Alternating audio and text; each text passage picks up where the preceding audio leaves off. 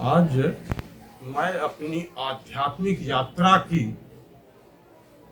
कुछ अनुभव आपके साथ शेयर कर रहा हूं और उन तथ्यों को प्रकाशित कर रहा हूं जो आपके तनाव के दूर करने में बहुत ज़्यादा सहायक होगा।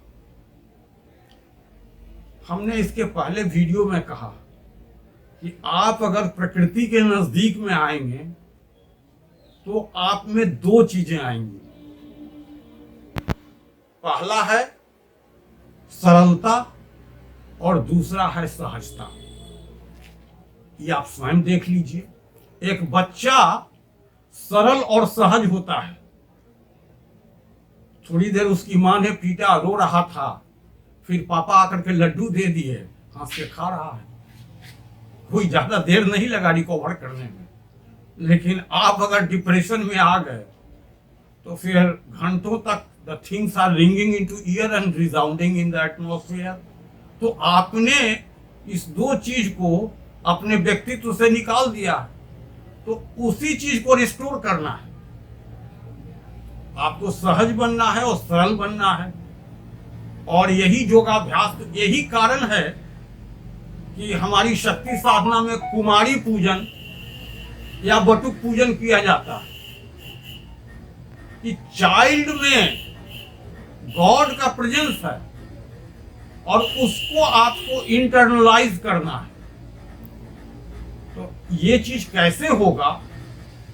तो ये जो देह बोध है, भगवान रामकृष्ण भी कहते हैं, ये जो देहात्मक बुद्धि है, इससे अलग हुए बिना आपको आध्यात्मिक ज्ञान नहीं होगा। आध्यात्मिक ज्ञान का मेरा मतलब ये है कि हम शरीर तो है नहीं, यही देह बुद्धि है।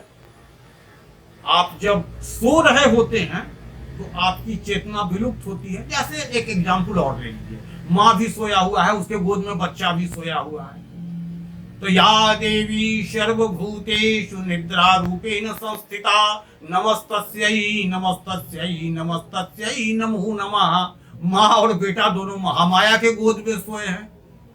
निद्रा रूप में वही महामाया है। जग गए तो माँ माँ हो गई, बच्चा बच्चा हो गया। और एक ही देखिए, एक महल है, उसमें राजा भी सोया हुआ है और उसके नौकर भी सोए हुए हैं।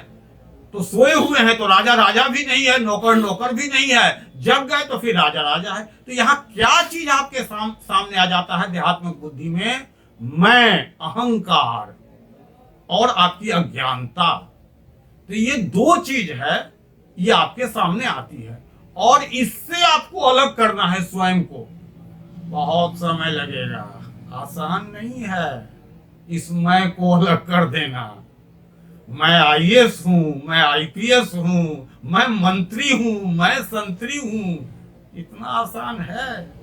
मेरा लड़का ये है, मेरी पत्नी ये है, मेरे बच्चे ये हैं, मेरा ऐसा बैंक बैलेंस है। और हमारे ऋषि मुनि जंगल में जा करके कुछ नहीं, शरीर के लिए सिर्फ भोजन, कंदमूल, फल खा लिए। हाँ, प्रेम के लिए पत्नी को भी साथ में रखते थे, लेकिन शाश्वत चिंतन,